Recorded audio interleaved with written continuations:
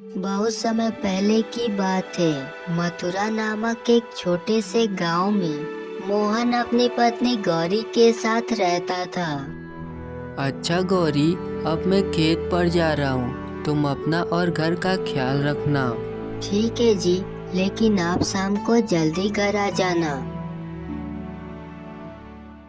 गांव में ही मोहन के पास एक छोटा सा खेत था, जिस पर वह खेती करके अपना घर चलाता था। हर रोज की तरह आज भी मोहन सुबह सुबह अपने खेत पर पहुंच जाता है।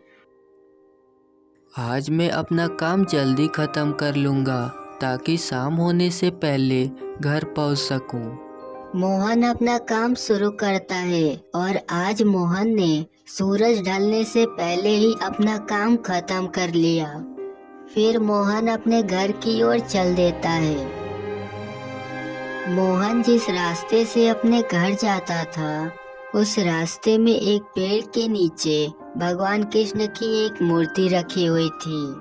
और मोहन जब भी शाम को घर की ओर लौटता तो वह वहां रुक करके उस मूर्ति से अपने दिनचर्या के बारे में बातचीत करता।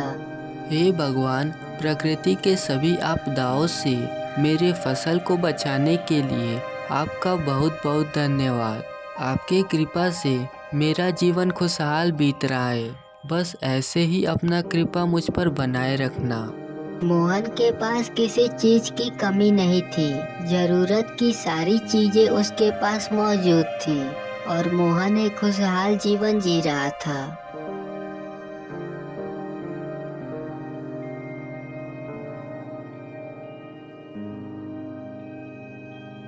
अजी, आज तो आप बहुत जल्दी आ गए। हाँ गौरी, आज मेरा काम सूरज ढलने से पहले ही खत्म हो गया, इसीलिए आज मैं घर जल्दी आ गया हूँ। वैसे गौरी, तुम यह माखन कहाँ से ले आई?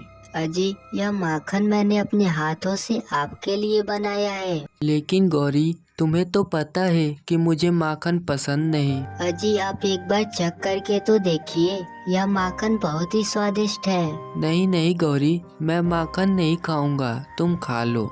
लेकिन यह माखन तो बहुत ज्यादा है, इसे मैं अकेले कैसे खा सकूंगी। अच्छा ठीक है, कल सुबह जब मैं खेत पर जाऊंगा तो तुम मुझे एक मटके में थोड़ा माखन दे देना। लेकिन आप तो माखन खा ही नहीं रहे हैं, फिर आप क्या करेंगे इसका। वो गौरी, हमारे खेत के रास्ते में भगवान कृष्ण की एक मूर्ति है और कोई भी उन्हें कभी कुछ नहीं चढ़ाता। तो मैं सोच रहा हूँ क्यों न कल उन्हें ताज़ा बनाया हुआ माखन अर्पित किया जाए, जिससे उन्हें भी अच्छा लगेगा। अब हमारे पास और कुछ तो है नहीं, तो कम से कम हम माखन तो चढ़ा ही सकते हैं। हाँ, यह तो आपका अच्छा ख्याल है। मैं अभी एक दूसरे मटके में थोड़ा माखन अलग से निकाल कर रख देती हूँ। अगले दिन सुबह होते ही मोहन माखन वाला मटका साथ लेकर अपने खेत की ओर चल देता है।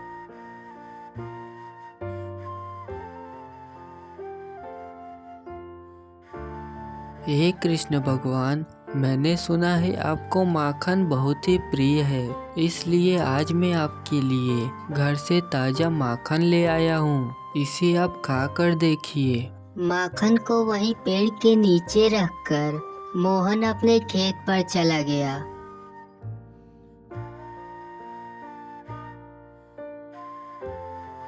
शाम को जब मोहन अपने घर वापस आ रहा होता है तो वह हर रोज की तरह आज भी उस मूर्ति के पास बातें करने के लिए रुक जाता है।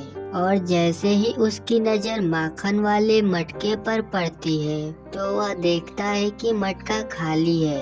यह देखकर वह आश्चर्यचकित हो जाता है और भगवान ने उसका भेंट स्वीकार कर लिया, यह सोचकर बहुत खुश हो जाता है। हे भगवान, आपने आखिरकार मुझ पर दया की और मेरी भेंट स्वीकार कर ली। मैं तो धन्य ही हो गया। अगर आप स्वीकार करें तो मैं प्रतिदिन आपके लिए घर का बना हुआ ताज़ा माखन खुशी से अर्पित करूंगा। मोहन की मासूमियत और अत्यंत शुद्ध भाव भगवान कृष्ण को भा गई और वह उससे इतना प्रसन्न हो गए कि उसे दर्शन देने के लिए साक्षात उसके सामने प्रकट हो गए। मोहन, हमें तो माखन बहुत ही पसंद है, तो हम भला इसे स्वीकार क्यों नहीं करेंगे? हे प्रभु, आज मैं धन्य हो गया। आप साक्षात मेरे सामने हैं। मैं आपका बहुत बड़ा भक्त हूँ। मैं प्रतिदिन यहाँ आकर आपको माखन का भोग लगाऊंगा। उसके सिवा मैं आपके लिए क्या कर सकता हूँ? हमें तुम्हारे द्वारा चढ़ाए जाने वाले माखन के अलावा और कुछ नहीं चाहिए। तुम्हारी भक्ति से हम बहुत प्रसन्न हैं और तुम्हें वरदान देना चाहते हैं। बताओ, तुम्हें क्या चाहिए? हे कृष्ण भगवान, मेरे पास जो कुछ भी है मैं उसमें पूरी तरह संतुष्ट हूँ और मुझे कुछ नहीं चाहिए। मैं केवल हर रोज आपके दर्शन करना चाहता हूँ। ठीक है, हम तुम्हें वरदान देते हैं, लेकिन एक शर्त है कि तुम यह बात कभी भी किसी को नहीं बताओगे। ठीक है प्रभु, मैं आपसे वादा करता हूँ कि मैं यह बात कभी भी किसी को नहीं बताऊंगा। फिर भगवान कृष्ण अंतर ध्यान हो गए और मोहन अपने घर चलाया। आज की घटना के बारे में मोहन ने अपनी पत्नी गौरी तक को नहीं बताया, क्योंकि वह भगवान कृष्ण को दिए हुए वचन से बंधा हुआ था। अगले दिन फिर मोहन माखन लेकर घर से चल देता है। माखन को मूर्ति के पास रखकर वह भगवान कृष्ण से प्रार्थना करने लगा। भगवान कृष्ण, कृपया मेरी भेंट को स्वीकार करें। मैं आपके लिए माखन लाया हूँ। आज फिर से भगवान कृष्ण मोहन के सामने प्रकट हुए। मोहन के मन में एक शंका थी। उसने भगवान कृष्ण से पूछा, हे कृष्ण भगवान, इस पृथ्वी पर अनेक लोग हैं जिनके जीवन में कई समस्याएं हैं। कोई आर्थिक तंगी से ग्रस्त है तो कोई गंभीर बीमारियों से पीड़ित है। यदि आप चाहें तो उनकी समस्याओं को पल भर में दूर कर सकते हैं। फिर आप ऐसा क्यों नहीं करते प्रभु? मोहन, तुम्हारे इस प्रश्न का उत्तर हम तुम्हें एक उदाहरण के द्वारा देना चाहते हैं। क्या तुम तैयार हो? जी प्रभु, मैं तैयार हूँ। तो फिर सुनो मोहन, इस स्थान पर रहकर हम प्रतिदिन अलग अलग प्रकार के भक्तों को देखते हैं। हम चाहते हैं आज तुम भी यहाँ रुककर उन सभी भक्तों को देखो, लेकिन एक शर्त पर कि तुम उन्हें मेरी उपस्थिति के बारे में नहीं बताओगे और किसी बात पर प्रतिक्रिया भी नहीं दोगे। सिर्फ देखते रहोगे कि क्या हो रहा है। लेकिन प्रभु, अगर मैं सारा दिन यहीं खड़ा रहा तो मेरे खेत का काम कौन करेगा? उसकी चिंता तुम मत करो। अब जाओ और उस पेड़ के पीछे छुप जाओ। इतना कहकर भगवान कृष्ण अंतर ध्यान हो गए और मोहन पास के ही एक पेड़ के पीछे जाकर छुप गया। वह सोच रहा था कि भगवान कृष्ण उसकी शंका को कैसे दूर करेंगे। कुछ समय बाद एक व्यापारी वहां आया और भगवान से प्रार्थना करने लगा। मोहन पेड़ के पीछे खड़ा होकर यह सब देख रहा था। हे कृष्ण भगवान, आज मैं व्यापार करने शहर जा रहा हूँ। कृपया मुझे आशीर्वाद दें कि मैं अपने व्यापार में अच्छा मुनाफा कमा सकूं। इतना कहकर वह व्यापारी वहां से जाने लगा। तभी उसके जेब से एक नोटों की गड्डी गिर गई। मोहन यह सारा माजरा देख रहा था। उसने यह भी देखा कि व्यापारी के जेब से एक नोटों की गड्डी नीचे गिर गई है। अरे, उस व्यापारी के पैसे तो नीचे गिर गए हैं, लेकिन अब मैं उसे यह बात बता भी नहीं सकता, क्योंकि मैं भगवान कृष्ण के शर्तों से बंधा हुआ हूँ। थोड़ी ही देर बाद एक गरीब आदमी आकर मूर्ति के सामने खड़ा हो गया और भगवान कृष्ण से प्रार्थना करने लगा। हे प्रभु, मैं बहुत गरीब हूँ। मेरे परिवार के पास खाने के लिए कुछ भी नहीं है और हम कई दिनों से भूखे हैं। मैं आपके शरण में आया हूँ, क्योंकि अब आप ही हमारा उद्धार कर सकते हैं। कृपया मुझे कोई मार्ग दिखाएं जिससे मैं अपने परिवार का भरण पोषण कर सकूं। जैसे ही उस गरीब आदमी ने भगवान कृष्ण से मदद के लिए प्रार्थना की, उसे नीचे गिरे हुए कुछ पैसे दिखाई दिए। वह बहुत खुश हो गया और बोला, हे भगवान, आपने इतनी जल्दी मेरी इच्छा पूरी कर दी।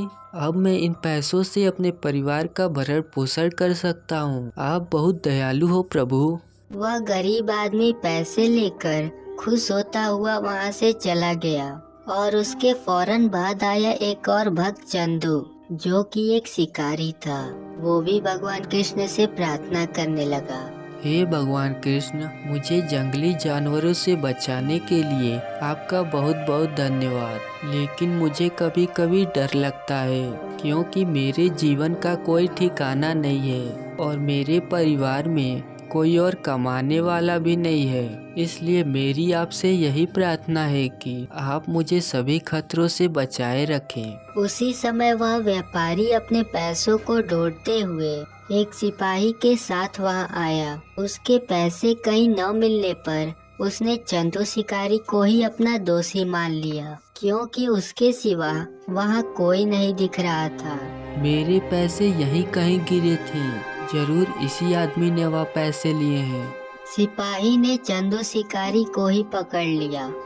मेरा विश्वास करो, मैंने तुम्हारे पैसे नहीं लिए हैं। क्या कहा? तुमने पैसे नहीं लिए हैं? अभी कुछ देर पहले ही मैं यहाँ से गुजरा था और उसी वक्त मेरे जेब से पैसे गिर गए। यहाँ तुम्हारे अलावा कोई और आता जाता भी नहीं दिख रहा। तुम झूठ बोल रहे हो। बताओ, तुमने मेरे पैसे कहाँ चुराए हैं? मैं निर्दोष हूँ। मैंने सच में तुम्हारे पैसे कहीं नहीं देखे हैं। मुझे छोड़ दो। यह सब माजरा पेड़ के पीछे खड़ा मोहन देख रहा था। उसे चंदू शिकारी के लिए बहुत बुरा लगा। हे भगवान, ये लोग तो बेवजह एक निर्दोष आदमी को फंसा रहे हैं। पैसे तो उस गरीब आदमी ने लिए हैं। प्रभु, आप तो सब जानते हैं। अगर आप उसे नहीं बचाएंगे तो मैं उन्हें सब जाकर बता दूंगा। लेकिन भगवान कृष्ण ने कोई उत्तर नहीं दिया। यह देखकर मोहन ने भगवान कृष्ण से किया हुआ वादा तोड़ दिया और उन लोगों के सामने जाकर सारी सच्चाई बता दी। भाई साहब, इस आदमी को छोड़ दो। इसने आपके पैसे नहीं लिए हैं। यह निर्दोष है। क्यों? तुम कौन हो? तुम्हें कैसे पता कि इसने पैसे नहीं लिए हैं? मेरा नाम मोहन है और मैंने कुछ देर पहले ही एक गरीब आदमी को यहाँ से पैसे लेते हुए देखा है। वह आदमी पैसे लेकर उत्तर दिशा में गया है। जल्दी जाओगे तो वह रास्ते में ही मिल जाएगा। क्या तुम सच कह रहे हो? ठीक है, चलो, हमें उसे अभी ढूंढना होगा। सिपाही ने चंदू शिकारी को छोड़ दिया और व्यापारी के साथ उस गरीब आदमी को ढूंढने लगा। कुछ ही देर में उन्होंने उस गरीब आदमी को ढूंढ लिया और उससे सारे पैसे लेकर उसे कारावास में डाल दिया। इधर चंदू शिकारी मोहन को धन्यवाद देकर वहां से चला गया। एक निर्दोष आदमी को इंसाफ दिलाकर मोहन बहुत खुश था। उसने भगवान कृष्ण को फिर से याद किया और उसके याद करते ही भगवान कृष्ण वहां प्रकट हो गए।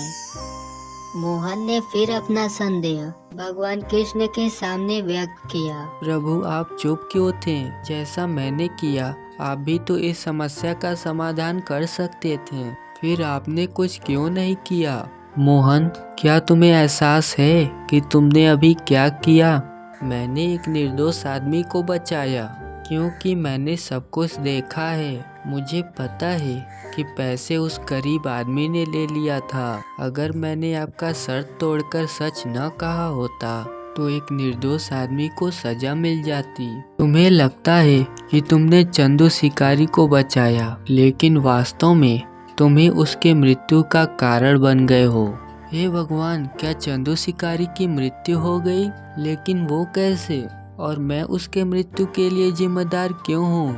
हाँ, कुछ समय पहले ही चंदू शिकारी का निधन हुआ है। उसे शिकार करते वक्त एक शेर ने अपना भोजन बना लिया है और यह सब हुआ है तुम्हारी गलती की वजह से। अगर तुमने उसे कारावास में जाने दिया होता तो वह शिकार पर नहीं जाता, जिससे उसकी जान बच जाती और बेचारा वह गरीब आदमी खुशी खुशी उन पैसों को अपने परिवार पर खर्च करता। लेकिन अब उसे कारावास में कैद कर लिया गया है और उसका परिवार भूख से तड़प रहा है। हे भगवान, लेकिन वह व्यापारी तो कम से कम मेरे कारण नुकसान से बच गया। तुम सही कह रहे हो, पर यह भी तो सच है कि अगर व्यापारी का कुछ पैसों का नुकसान भी हो जाता तो उस पर ज़्यादा असर नहीं होता, लेकिन वह गरीब आदमी उन पैसों को लेकर बहुत खुश होता और चंदू शिकारी कारावास में रहकर बच जाता। आपने जो कहा वह बिल्कुल सच है प्रभु, मुझे माफ़ कर दीजिए। मैं आपकी मंशा को समझ न सका और अनजाने में इतना बड़ा गलती कर बैठा।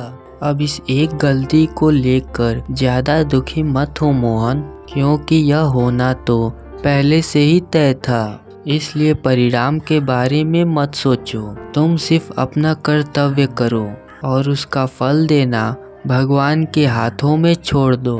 इतना कहकर भगवान कृष्ण अंतर ध्यान हो गए और मोहन अपने घर वापस लौट आया।